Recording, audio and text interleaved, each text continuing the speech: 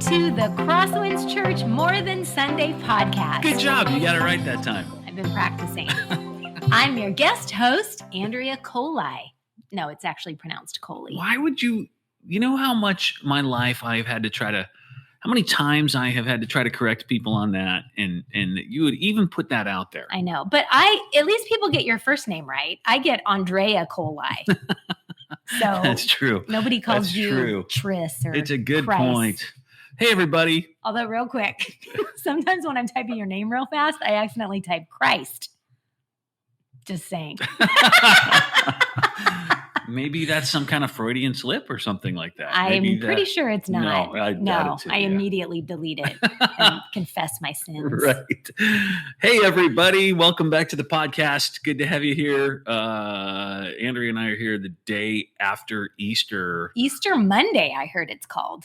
Is that a thing? You know what? I've never heard of Easter Monday till the school calendar said that the reason there would not have normally been school today, even if school was back in session, was because this is considered Easter Monday. Yeah. Hallmark has been making up holidays for years, and the school district decided to jump in. Easter Monday, everyone. I think Easter Monday is a great idea because, as one who always finds myself working on Easter Sunday, I think I often don't get to have the Easter experience maybe that other people have. And I wonder what it would be to have Easter Monday. Okay, yes or no question. Did you take today off? No, you didn't. No, I didn't. You worked on Easter Monday. That's true. How was your Easter, Andrea? Well, I was with you, Chris. It was great. The girls felt very strongly that we should get dressed up in dresses, which is ironic because anyone that knows me knows that I don't even wear dresses to church that's not in my living room. However, I did go put a dress on, and the girls put dresses on, and everybody looked nice. Chris did not agree to that memorandum. Not everyone. We all looked nice, and you, my dear, had on your Old Navy hoodie and pajama bottoms. Right. And I don't know what your excuse was. Yeah. My excuse was that I for about 26 years now, I have had to dress up and lead a church service on Easter or have some significant role in one. And it was nice to have one Easter in my lifetime that I could sleep in and then never change out of your pajamas. Ultimately, I did. I went on a bike ride at around 3:00 after it had gotten warm enough. Got real sweaty. So, but to be clear, you were in your pajamas until 3:00. I'd like that to just be, no one missed that. It's Easter. It was Easter, man. Easter. Yeah. What else is there to do? Yeah. But no, it was cool. It was fun to watch the service. Yeah. Typically, I'm a little more in the know on the creative elements, mm-hmm. but because we're all kind of disjointed, even though that's my team, a lot of that I hadn't seen. Right. So that band opener was so cool. That was really cool, yeah. And I was excited. So Easter was good. How about Cephas in that band opener, by the way? Cephas. It's pretty great. Yeah. You want to say, I didn't know what to say. It was right. so good. You want to say, like, I didn't know, but the fact is, we all knew. We knew. We all know Cephas can do that. He's very expressive and, knows how to perform, and just, you can tell he's having fun. Great musician, great singer. Yeah. Thing is, he's just so busy, we don't always get him that often. I know. And so. But he's not busy now. All those vocalists, like we had like 16. There were 16 different people. Like band and vocalists. Yeah. Because they're all like, please give us something to do. We're going to do a podcast just on that opener. Oh, cool. Hunter and I don't know who else is going to be in on that, but we'll get to do that. But today we had a little bit of a different vision for this podcast. And why don't we explain to everybody what this is about? Yes. So a little bit like our other one, there's always just really fascinating backstory and additional information that I think is really fascinating to just even this application of what we talked about on Easter. So, of course, this message was no different. And I just thought maybe you could share a little bit about some of that when we were talking about the earthquakes and the Holy Land and all that stuff. Make it come to life even more. Right. No, I should say originally, so this message, the Easter message, I usually prepare my messages all week long. Basically, I do mornings, and this is a message I wrote Monday morning and Tuesday morning, and the previous week as well. And by Tuesday night, did not like this message I was going to give anymore, and started over from scratch. Yes, that's always started over from scratch. I think yes, it was on Wednesday. Tuesday night. You kind of started reforming it. I did. It had like 15 points, way too much going on, and it involved all sorts of different pieces of the story that I was able to use some of them in what we ultimately did on Sunday, but it was very different.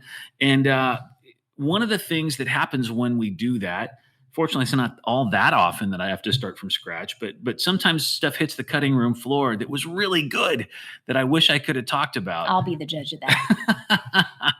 No, and one of those things was the history, or not so much the history, but like the truth about whether there were really earthquakes like what we saw in those passages. Because if you remember, I said that there was an earthquake as Jesus was on the cross that Good Friday. Right after he dies, he says he says he doesn't say it is finished after he dies. He says it before he dies. No. But right after that, we have this earthquake, and then we read about another earthquake 3 days later. And I had a section in my message that was a little bit about how do we know if those earthquakes were real? Yeah, because we read those, and I think a lot of us have read those passages, and we're like, okay, it's dark, earthquake, this happens. Obviously, we're focusing on the Jesus narrative. Yeah. Maybe we miss these things that talk about the earth shaking. Yeah. Or sometimes if there was evidence of the earth shaking, it might actually speak to evidence of the cross happening the way that we understand it to, or the biblical account. Let me put it that way. Anytime we can take a source other than the Bible to help verify what we read in the Bible, that's a win. Right. So I think you're going to do that a little bit for us right that's now, what I hope to do in the podcast today. So I read about this. Just to be clear, sometimes when people quote scientists who go and do their things, you kind of wonder, are these people somewhat sketchy scientists, or what is the old sketchy scientist? Well, you just kind of wonder. And so this was a guy. If their title has scientist in quotes, that's how you know they're sketchy. This is a guy named Stephen A. Austin. I say that because Steve Austin, I believe, might have been a wrestler in the 90s, 2000s. Your extent of trivia knowledge baffles me. Isn't Steve Austin the name of the Bionic Man? Ooh, Steve. Yeah. I'm dating myself. I feel like so. There's a lot of Steve Austins. Now I may be real distracted by that rabbit trail. So this is Dr. Stephen A. Austin, who did his PhD at Penn State. So, Penn State, that's all right. Not a bad school. Did his master's locally here at San Jose State. Did his undergrad up at the University of Washington. So this is like a real geologist. And he did some work with his colleagues to try to figure out, is there any record geologically of any earthquake that would have happened in the Holy Lands, or really near Jerusalem, when all of this, seems to have, at least the Bible says that it happened. And here's the thing I figured out. Big earthquakes have been documented for over 4,000 years in that region. Geologists have been able to actually go in and investigate the history of the earthquakes by, you ready for this? I'm so ready. Thank you for feigning interest, Andrea. But somebody out there listening is going to be excited about it. They've been able to track the history or investigate it by looking at sediment in the Dead Sea. I feel like you should mic drop right now. Okay, Tell me more. So here's sediment. My layman's understanding. Okay. Lame man, or you get where I'm going. Okay. Every time there's an earthquake, it causes sand and rock and dirt to kind of mix, right, in the air and in the ground, and it gets all the layers get right. What's that word? Mixed. Disturbed. Right. Yeah. Okay. So sand and rock and dirt, and that creates a layer of sediment in the Dead Sea or whatever other bodies of water would have been where that would have happened or in the area. And all those things, as they mix together, form a mixed layer that only mixes when there's an earthquake, all of those. And what they've been able to do, geologists have been able to go look at ancient literature where anybody has written about an earthquake that's happening. Not just the Bible. Not just the Bible, and I'll get to that in a second. But anywhere they found evidence of that, and then find layers in the actual Dead Sea sediment that correspond to whatever it was that they read about. And of course, the further back the earthquake would have been, the deeper the layer. So right? like under the water. Under the water. In the Dead Sea. In the Dead Sea. Yes, okay. Yes, right. Or maybe I say that as if I've been there to watch. In my research, maybe it's parts of the Dead Sea that no longer have water in them. I don't know. Whatever. But something designated as the Dead Sea. Yes, they're able to dig down, and it's not like an earthquake layer, and then right on it is another earthquake layer, because then that would just be one big earthquake layer, mm-hmm. right?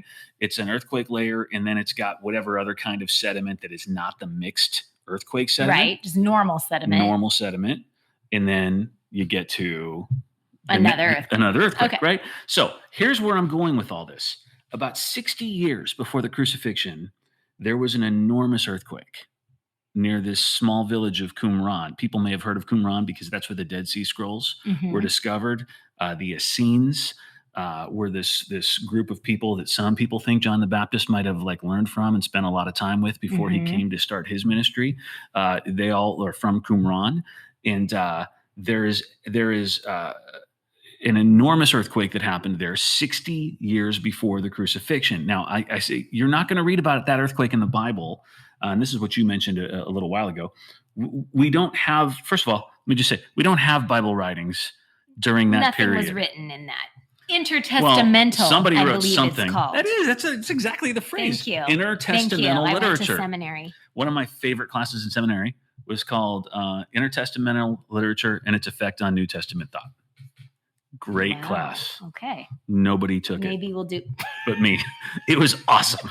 Anyway, you're not going to read about this in the Bible because there really is not biblical literature or stuff in the Bible we'll find from that time. But other ancient historic literature talks about that earthquake, like Josephus. Maybe mm-hmm. people have heard of Josephus, mm-hmm. who was an ancient historian, which is crazy to think that they had in my mind, it's crazy to think of a historian that's 2,000 years old. We think of historians like Indiana Jones. I was gonna say, although I think he was I don't know. He was an archaeologist. Yes. Let's think of Josephus as the Indiana Jones of his time. Well, should we? Maybe not. Should maybe we, not. Though? Okay, so he writes around 31 BC that there was an earthquake at Qumran. Okay, 31 years before Christ, he writes. There was an earthquake that happened 31 years before Christ, I should say. Okay. He wrote later, but he. This earthquake killed 30,000 people. So oh my gosh, just a big earthquake.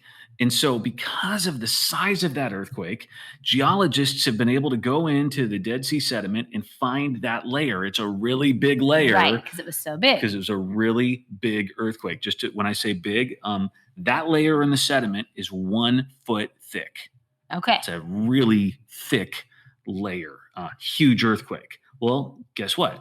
About 13 inches above that layer is another earthquake layer.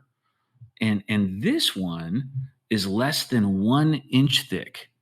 So very small compared to the Qumran quake. So 13 inches of no earthquakes, mm-hmm. about 60 years or so. Mm-hmm. By the way, the sedimentation rate, only a geologist. They would know that, yeah. They go, oh, wow. 13 inches, that puts it 65 years after the big quake of 31 BC. That's exactly what they did. Wow. 65 years. And what do you know? There's a very small, less than 1 inch thick layer around 33 AD, a small quake that shook just the local region that we can presume happened right around the moment that Jesus died. Wow. That's pretty cool, right? It's really cool. I know. Yeah. I know. It was fascinating to me as I read that. And it's the kind of stuff that needs to hit the cutting room floor sometimes because it really it might bog down in a Sunday morning setting. Well, it didn't really necessarily feed much of where we were going with the That's message true. for Easter. But wait, so I have a question. Yeah. So on Easter, you talked about, obviously, then there's the Sunday morning earthquake, local earthquake. Yeah. Again. Yeah. So did those all just mix as one sediment in the less than half an inch? Did it talk about that? Well, let me your vast research. Yes. let me pull out my geology notes from high school. Please don't. No, I don't know. I have no idea. I would think that if there's an earthquake on Friday and there's then another one Saturday. Sunday. I mean Sunday. Or Easter Monday potentially. Call back. No comment. No. Easter Sunday. I would think that the sediment layer would. I'm just asking. It would just don't be laugh one at me. little layer. I would think. Yeah. No, it's just, but it shows the timeline that corresponds with the text that we read about these earthquakes. Yes. Which I loved getting to think about that perspective because, like I said, I don't know that we think about that aspect of it as much. Yeah. We think about the darkness and obviously the actual events of Jesus. But and maybe where there's value in this at all, and we probably ought to wrap up because we're at the 16-minute mark here, and we try to keep these around 15, unless Steve Girardi's when on, you in which case ask it goes 30 me minutes. to host, you can't guarantee I'll stick within the limit. No. But I was going to say, I think maybe if there's value in this, sometimes, especially when we get to these stories of the crucifixion and the resurrection, sometimes people get a little caught up in whether the science would support those things. And by no means am I suggesting that, look, the geological record proves that all of this happened. I do believe all of this happened. And there's some great books out there written about this kind of thing. The Case for Christ would be a terrific one if anyone's looking. But I think sometimes to look at even just something like this is just one more little piece that helps us go, wow, this is real. Yeah. Yeah, absolutely. I'm glad you shared that with us. It is really fascinating. So good to get to talk to you, Chris Coli. Thanks, Andrea. Thank you for opening our eyes up to the earthquakes around Jesus, as well as teaching us a little something about Indiana Jones and the Bionic Man. Until next time. I'm going to start getting emails that Steve Austin was not the name of the Bionic. No, that sounds right. I think that's him. Wait, can I look it up really fast? Yeah, look it up. Go? With your lightning fast because look up. I Steve think Austin. I think it is. If we had callers that could call in.